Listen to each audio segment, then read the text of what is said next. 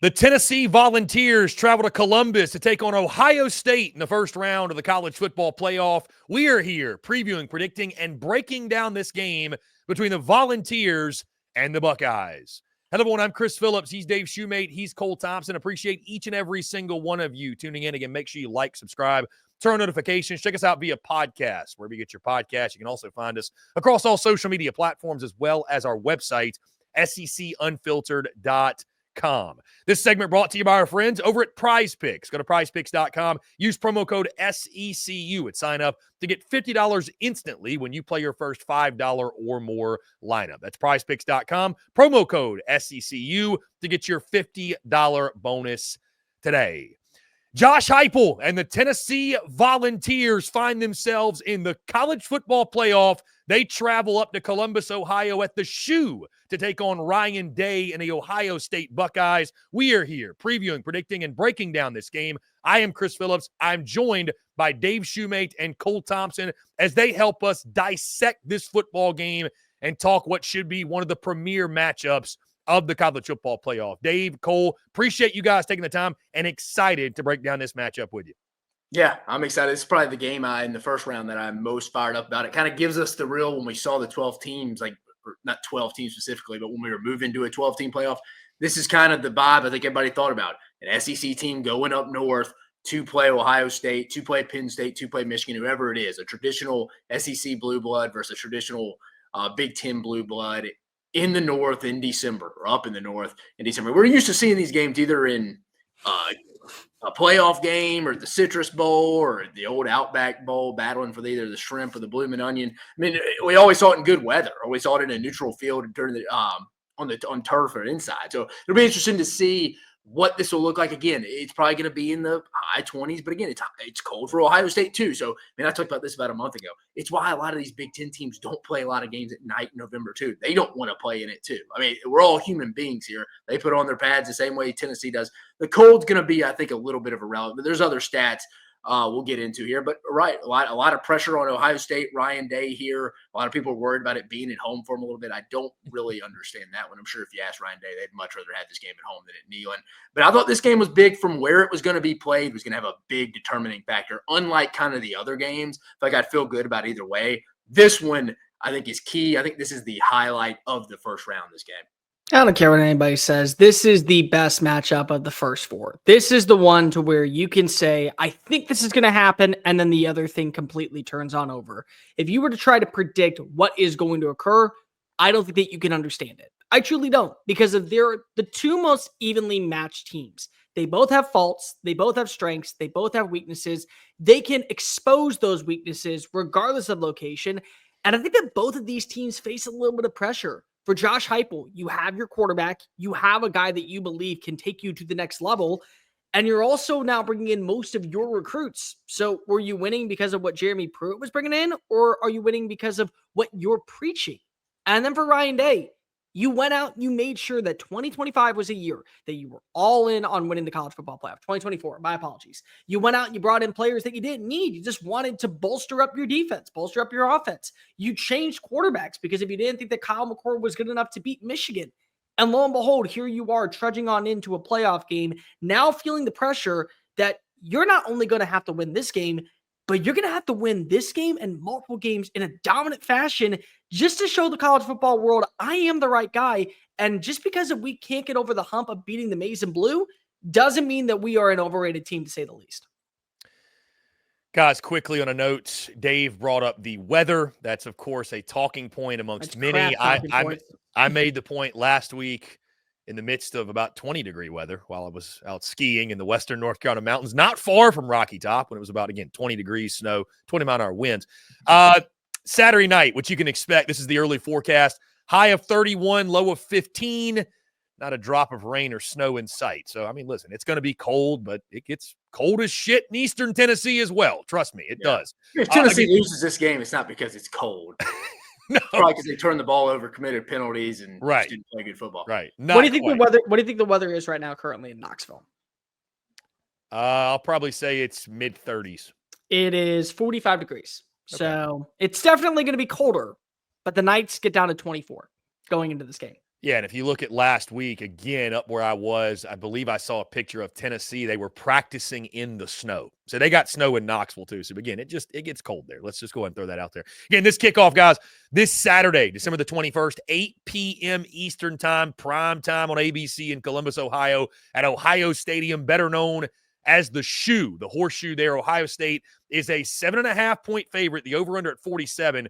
Tennessee leads this all-time series, guys. They met one time, 1-0. That was in 1996. Tennessee won that game by a score of 20-14. And guys, as we look at this game, again, I want to start on the Ohio State side, the Ohio State dynamic. Dave, you made the point, and I mean, it was surprising to a degree. Kirk Herbstreit said this when he said that, I don't know, playing at the Horseshoe, it could be really tough for Ohio State if they start slow.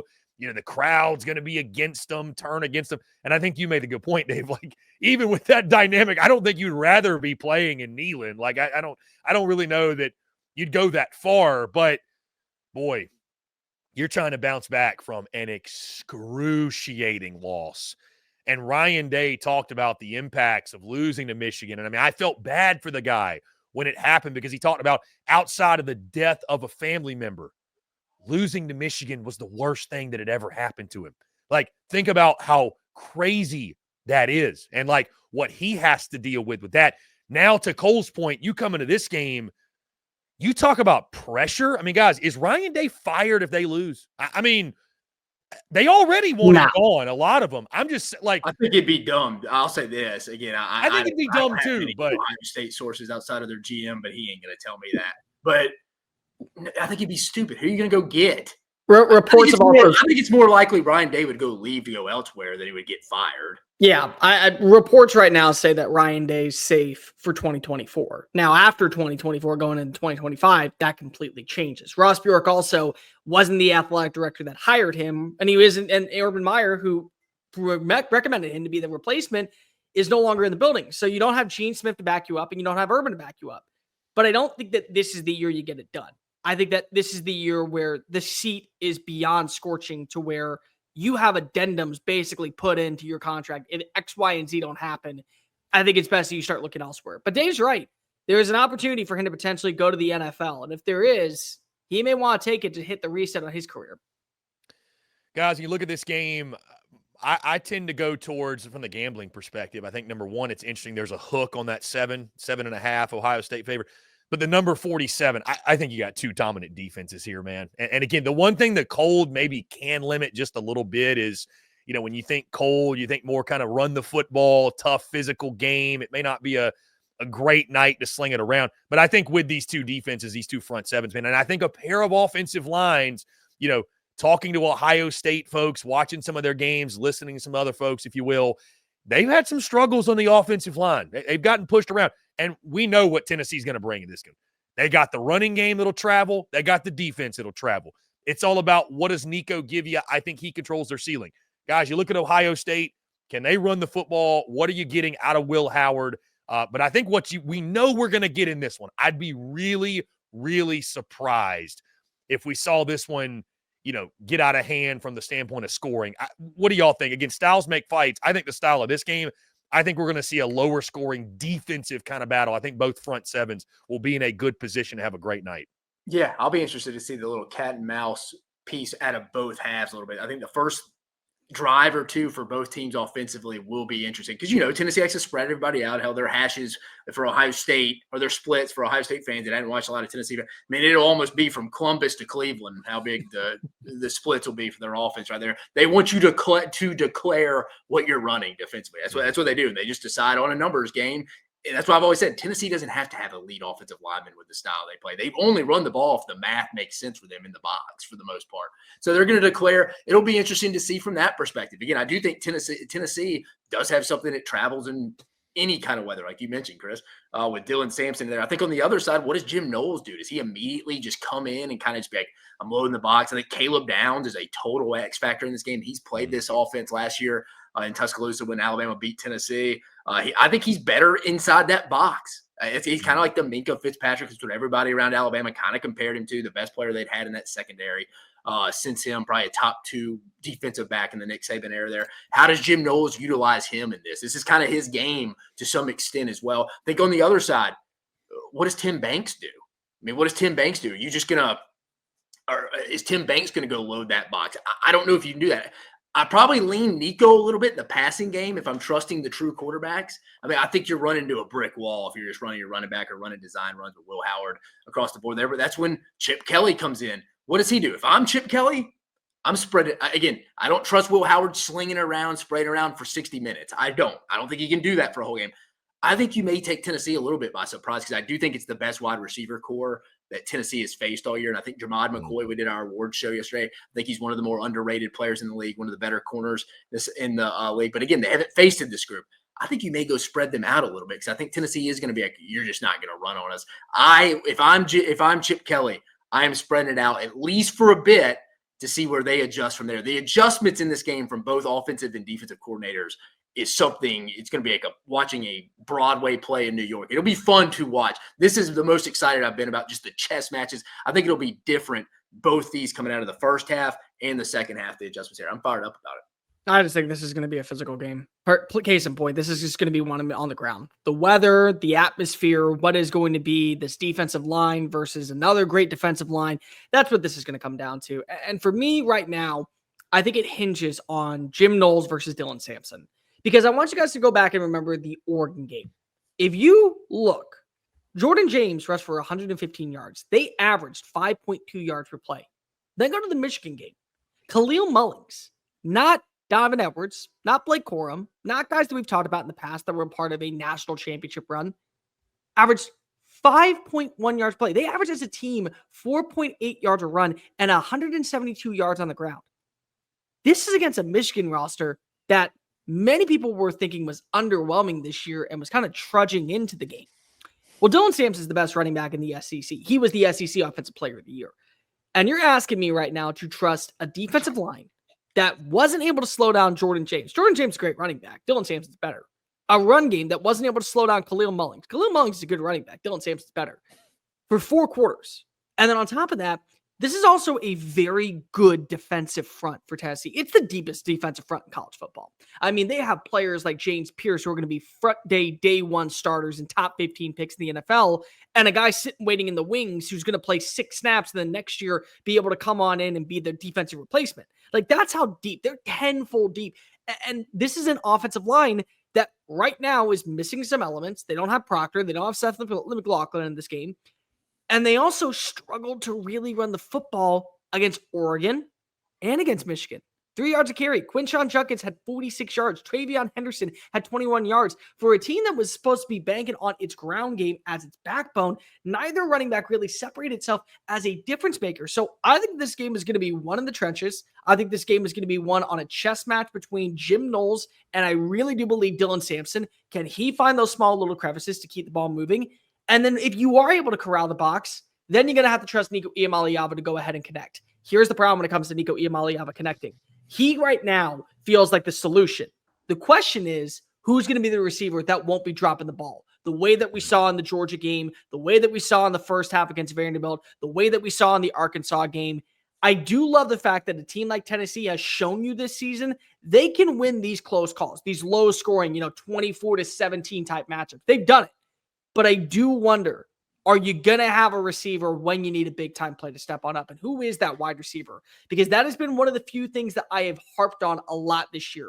When it wasn't Nico overthrowing his targets, it was targets dropping balls that should have been in the breadbasket. I mean, I think that's, Cole, the interesting point, to your point, that I think they want to win games that way. Like these they have to win games that way. These previous Josh Heupel teams, they were winning track meets, right? They wanted to beat you 45-40, whatever. And there's multiple ways to skin a cat, obviously. But I mean, I think it actually bodes pretty well for them, the style they play and how they want to win and how they want to beat you. And again, it travels like we just talked about, like that running game, that defense. I think that's what's going to be interesting too, because we know Tennessee tempo. Like, do they slow it down in this one though? I think time of possession will be big. I mean, again, I think this is going to be just 2 heavyweight fighters kind of feeling each other out. You did mention something of concern for me for Tennessee. This group of receivers they're going to take on is fantastic. Now, I probably trust, and I want to get you guys' thoughts on this. I probably trust Nico more than I trust Will Howard right now. I think in regards, passing wise, I do.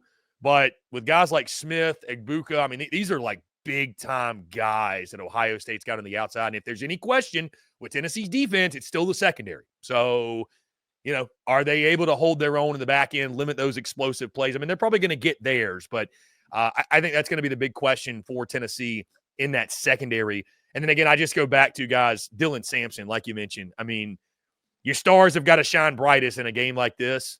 Tennessee wins this football game. Dylan Sampson probably ran for what, 150 plus? I don't even think you need that much. Not that much? 130, 120? 130, but you get him inside the red zone. Like, what if you just Yeah. get a deep shot downfield to Dante Thornton for a 40-yard gain, and he wins his one-on-one with Denzel Burke? I mean, like that could be the case.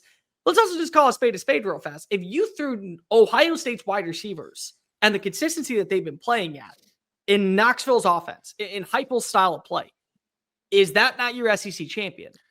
Is that not to your point, Cole? You trust? I mean, I trust that group of playmakers. How many times have we been talking about a Tennessee game this season and say I trust this team's playmakers more than Tennessee's playmakers, just because they've been so inconsistent? I mean, Yeah. And what was really interesting was that in the game against Georgia, where Georgia leads the country in drops, they had fewer drops in the second half when this was still a close call, and Tennessee had too many drops that eventually cost them an opportunity. Yeah, Tennessee hadn't really been consistent across. Yeah, the only consistent on offense for them all years been Dylan Sampson. And I mean, I think it's something the national media doesn't really talk about a lot. I mean, Josh Heupel struggles on the road against other good teams. I mean, what's his biggest road win? A noon kick against LSU in 2022, which, to be fair, that team did win the SEC West. I think But when you look at off the terrible start that game, what were you saying, Cole? I think that when you look at what the atmosphere was to go back to Norman, Oklahoma, was probably his biggest road win. I would say so, yeah, because we didn't know what Oklahoma was at that point with all the. I would say in his career, though, beating a division winner would probably be. Because Tennessee fans will probably argue with me in the comments, I'm sure, and be like, "Well, that was and you're 100% right. Like that was a division winner." LSU, if I remember right, that game they fumbled like their first 2 plays of the game. Tennessee got short fields and got up on them real early. But to my point here, this kind of environment. Mm-hmm.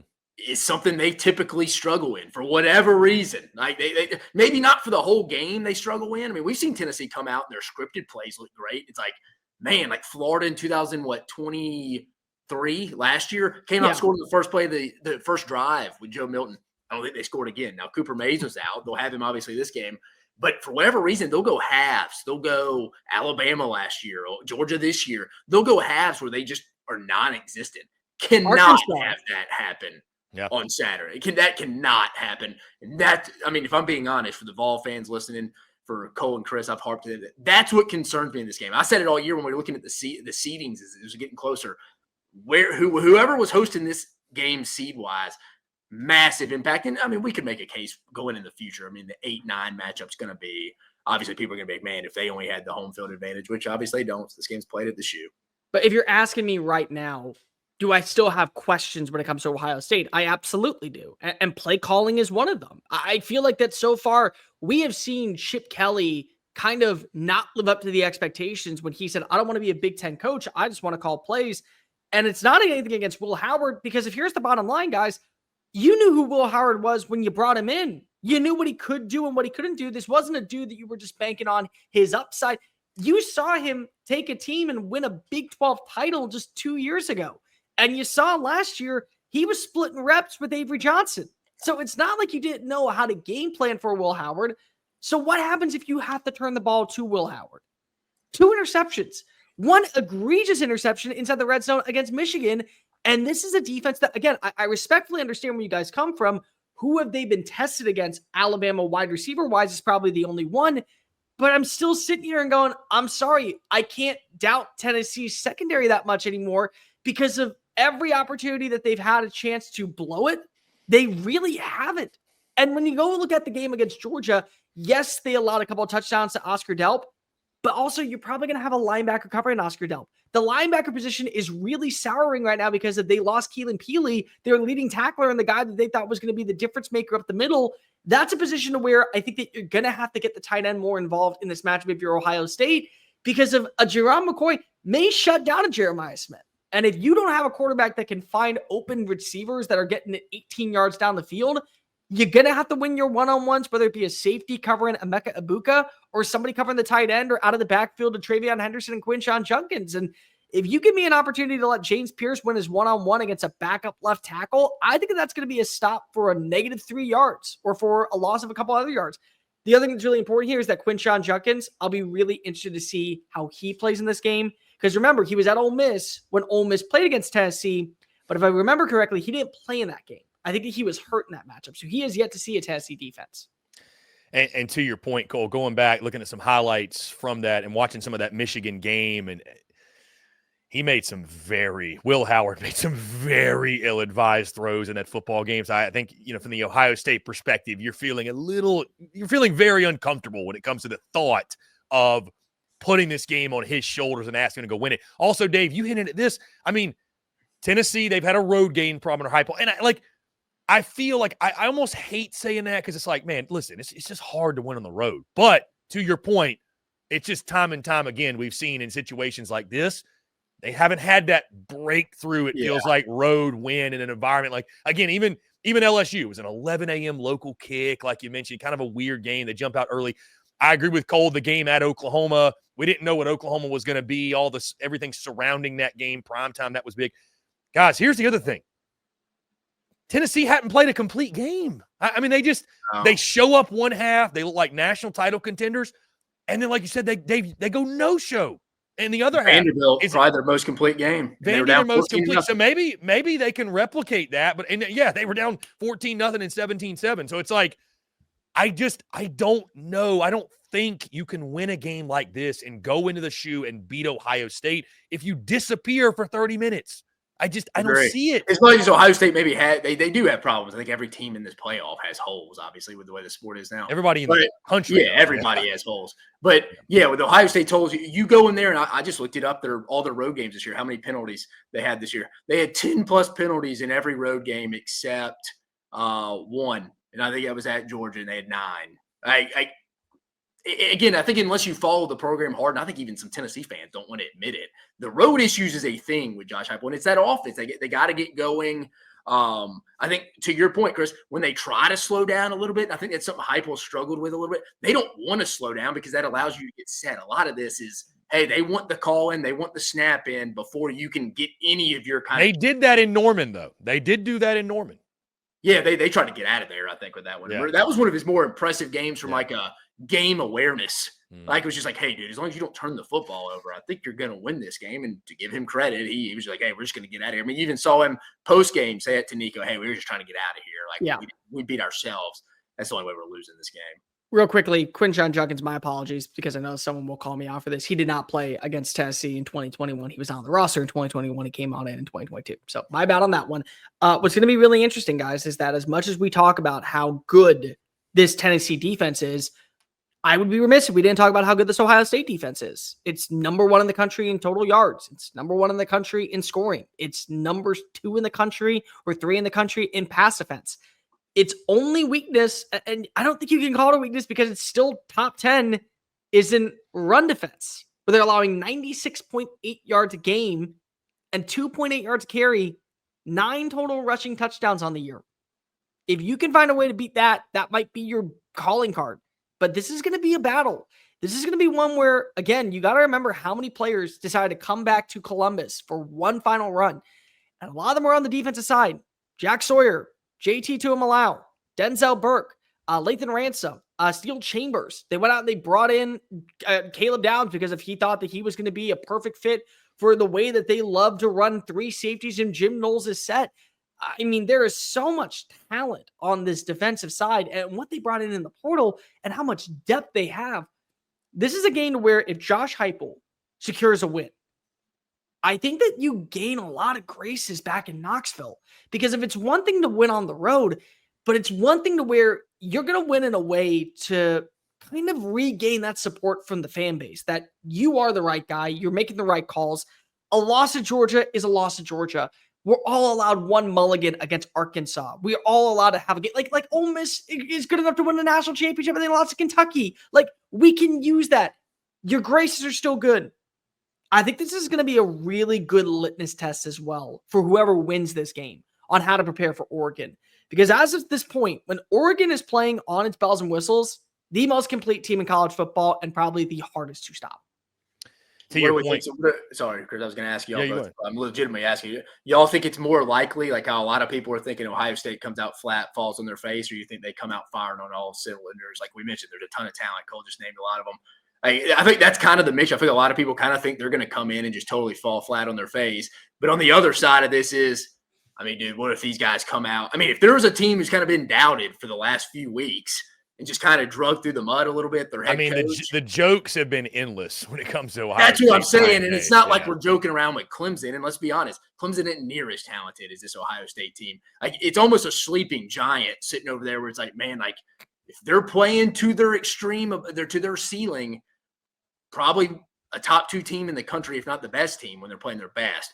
What team do we get? Do we think it's more likely they come out lay an egg, or do we think it's more likely they come out hitting on all cylinders?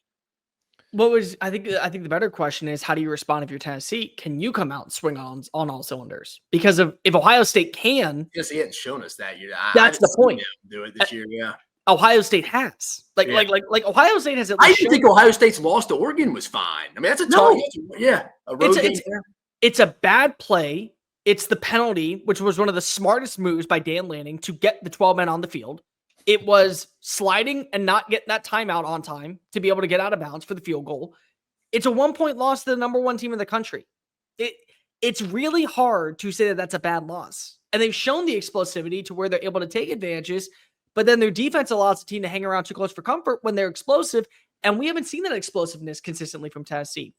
My entire problem with Tennessee going into this playoff, and it has no shot at Tennessee whatsoever, because I truly believe that they have earned the right to be in the college football playoff sitting at 10-2. I do. But they haven't played a 4-quarter game of consistent offense all year against a Power 4 program. And a game on the road in Columbus, Ohio, the Shoe, where the weather is going to be between 18 to 24 degrees. It's going to be a clear sky, but that ball is going to be hindered by potential wind. This is not the game where you just wake up and figure it all out and play 4 quarters of dominant passing, no drop balls, no penalties. Your offensive line is a staple when it comes to pass protection, and you're creating running lanes for Dylan Sampson. This is not the game to do so. So I wonder, can they do so? That's going to really make it. I'm not disagreeing, Dave, what's going to show up, because I think that you're actually going to see Ohio State fall flat. That's me personally. But if Ohio State does wake up, can Tennessee respond? Because if not, it's going to get ugly really fast out in Columbus. Guys, that being said, again, this is a game. I need not even say this. I know you guys agree and everybody watching. I'm fired up for this one. I'm as excited as any. I think this is the matchup of round 1. This is a bowl season. This is the best game. That being said, let's go ahead and lock in our predictions, our picks for this one. And I'll start. And I don't know if you guys have seen, by the way, it kind of feels like it's going to be a Tennessee takeover in Columbus because some Tennessee fans, if you've been paying attention on social media, somebody got some code to get tickets to – there's going to be a lot of orange in I don't know if the Buckeyes are ready. We'll put it that way for the hell that the folks from Rocky Top are bringing up there. So it obviously is a road game, but it's going to have a very, very interesting feel to it. I'll be curious to see what the representation is like for the Vols up there. Again, I'm super stoked for this one. We've all talked about it. I think this is the matchup of round 1 in the college football playoff. 2, a great helmet game, obviously, from the historical standpoint. This is what we envisioned when we thought of the 12-team college football playoff. This is why we got so excited when it came to first round and teams hosting games. And we had a matchup like this in mind, SEC versus Big Ten. From the Tennessee perspective, there are things about their football team that travel. I'm worried about them putting four quarters together. I am. I don't think you can go into the Shoe at night. Dave made the point, and I agree, where this game being played makes a huge impact. If this game were in Neyland, hey, there's a whole different feel to it, a whole different vibe. This game being in the Shoe, there's a whole different feel and a whole different vibe in this one. Tennessee, you got to be able to put 4 full quarters together. You at least got to be able to put 3 quarters together. You cannot just show up for a half and go non-existent, go missing for the second half. Tennessee struggles on the road under Josh Heupel. That's another thing to keep in mind. Again, Dave mentioned the penalties. I think that's going to be a big key in this game. This game is going to come down to 3 or 4 plays more than likely. I mean, it's going to come down to, if you commit double-digit penalties, you're really going to put yourself in a bind in this one. Ohio State, we know with the $20 million roster, they've got as much, if not more talent than anybody in this entire college football playoff, not just Tennessee. No, Run game and defense. run game and defense is going to travel for the Vols. And I'll tell you this, guys, Ohio State's fantastic defensively as well. If this comes down to quarterback play, right now, I would trust Nico Iamaleava more to go win this football game than I trust Will Howard, based off what I've seen the last few weeks. Fun fact for you guys in this one, because there's a lot of different stats we can pull and different trends we can go with. You know, Josh Heupel struggling on the road. Tennessee not being able to put 4 full quarters together. Ryan Day and some of his struggles of late. Fun fact, Ohio State is 1-13 in their last 14 games against SEC competition. As recently as last year, losing to the Missouri Tigers in the Cotton Bowl. I think Tennessee's going to make it 1-14. I do. I think the running game will travel. I think Dylan Sampson will play like a man possessed. I think Nico Iamaleava will make the big throws when needed. I trust him more than Will Howard. Low scoring ball game in the Columbus night. Tennessee, Josh Heupel, they shake some of those road game woes and they get their biggest road win in the Heupel era in Knoxville. They'll be playing Rocky Top all night long in the shoe. Give me Tennessee 23, Ohio State 17. Tennessee seals it with a late interception off Will Howard to, again, get their biggest win of the Josh Heupel era and advance to the next round of the college football playoff. Running game, defense, travels. And I think the pressures, Ryan Day is going to feel it. There'll be a tension in the air in Columbus. I think Tennessee goes out, plays loose, takes advantage. Defense dominates the day. Nico makes just enough throws, 23-17 win. Vols get it done over Ohio State. Yeah, Vols are equipped to go win this football game on the road. As we mentioned, defensive lines, offensive line, running game, travel. I mean, there's no ifs, ands, or buts about it. As Chris would say, 2 + 2 = 5, right, CP? Something like that. But something, I don't know. Again, we've talked about it. I think all three of us are unanimous in this. Tennessee hasn't played a complete game all year. They struggle on the road under Josh Heupel. I'm sure that'll get the comments real fired up. But what makes me think they do it going into that building, and they're playing the most talented team they played against all year too. Now, again, can Tennessee win this game? Certainly. I'm just going to get right to the point here. I just think penalties, as I said, they've only had one game on the road this year where they've been in single digits. The rest of them have been 10 plus that they have had. I mean, I think they even had 13 or 14 against Vanderbilt. And we say that's the best game they've had this year. That's usually a home game for them in Nashville. I just don't think they're going to be disciplined enough in this game to go win it. Can they? Yeah, certainly. They've limited penalties. They keep it to 5-6. Dylan Sampson established the run game. I don't know. I just get a feeling Ohio State's going to come out and play their best game. It's a feel. Could easily be wrong. If this game was in Neyland, I think I'd feel different. I would not see Will Howard going into Neyland Stadium and winning. I would definitely take Tennessee. I said it weeks before this game was even announced, where that Tennessee-Ohio State game was going to be played, who was going to be the 8 seed, who was going to be the 9 seed was ultimately going to be the determining factor for me in this game, just because of who it was. When we saw the two teams kind of, all right, it looks like it's either going to be Tennessee's probably either going to go to Happy Valley or they're going to go to Columbus in the shoe. It doesn't look like they're going to have to go on the road their first game. I was like, man, if there was a team that needed a home game in their first game, I think it was Josh Heupel's bunch. I think Ohio State gets it done, man. I think Ohio State gets this done 24-21. Very close game. I think it's going to live up to the billing of being the most exciting first-round playoff game. I just really, again, I see a path to victory for Tennessee. I really do.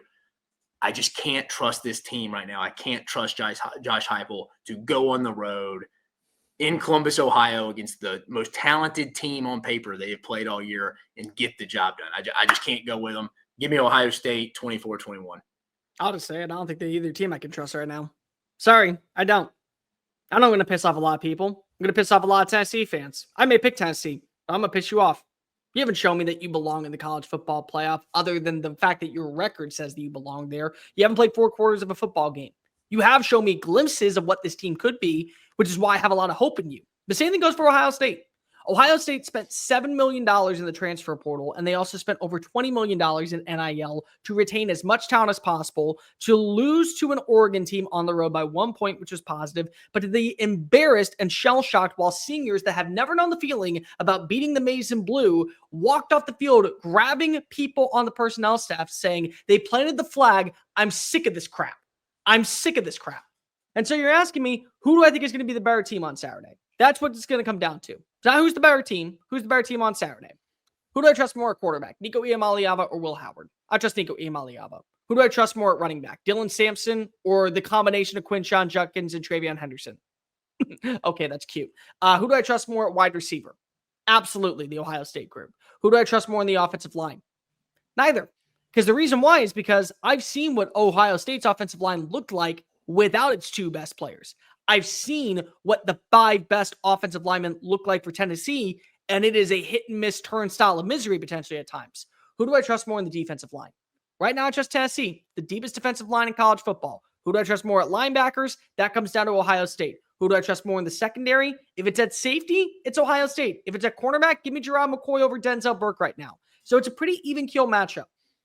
What this comes down to for me is the fact that I just watched a running back by the name of Khalil Mullings help a Michigan team that was trudging its way to an underwhelming year behind a lackluster offensive line, behind a unit that was missing a ton of talent, that had no quarterback, that had no Colson Loveland, that was missing 3 defensive players, including its probable best in Will Johnson. Find a way to go on into the shoe and get a win. And you want me to trust that Will Howard is going to beat Dylan Sampson? I don't. I trust Dylan Sampson. I said when we previewed back in the Vanderbilt game, the biggest gripe that I will have for the college football playoff, the biggest gripe I will have in the SEC this year, is if Dylan Sampson carries a team on his back the way Cam Newton did back in 2010 to a national championship and is left out of the playoff. I will never forgive Josh Heupel for that. Josh Heupel's going to reward Dylan Sampson. Dylan Sampson's going to reward Rocky Top. Dylan Sampson's going to reward everybody that bleeds the orange and white.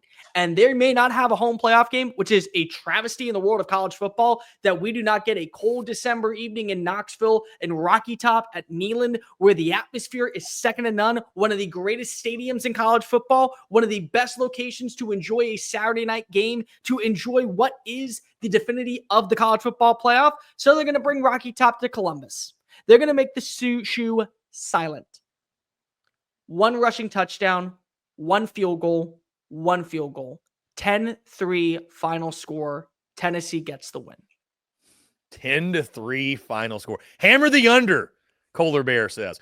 Also, too, there will be no flag planting in this game, I don't believe, boys. I'm pretty sure they've taken action since the Michigan game and have banned it for life. No fun police striking up there in Columbus. So, guys, who do you agree with? Myself and Cole, Dave, who do you see taking down and winning this football game in the first round of the college football playoff at Ohio Stadium when Tennessee and Ohio State do battle?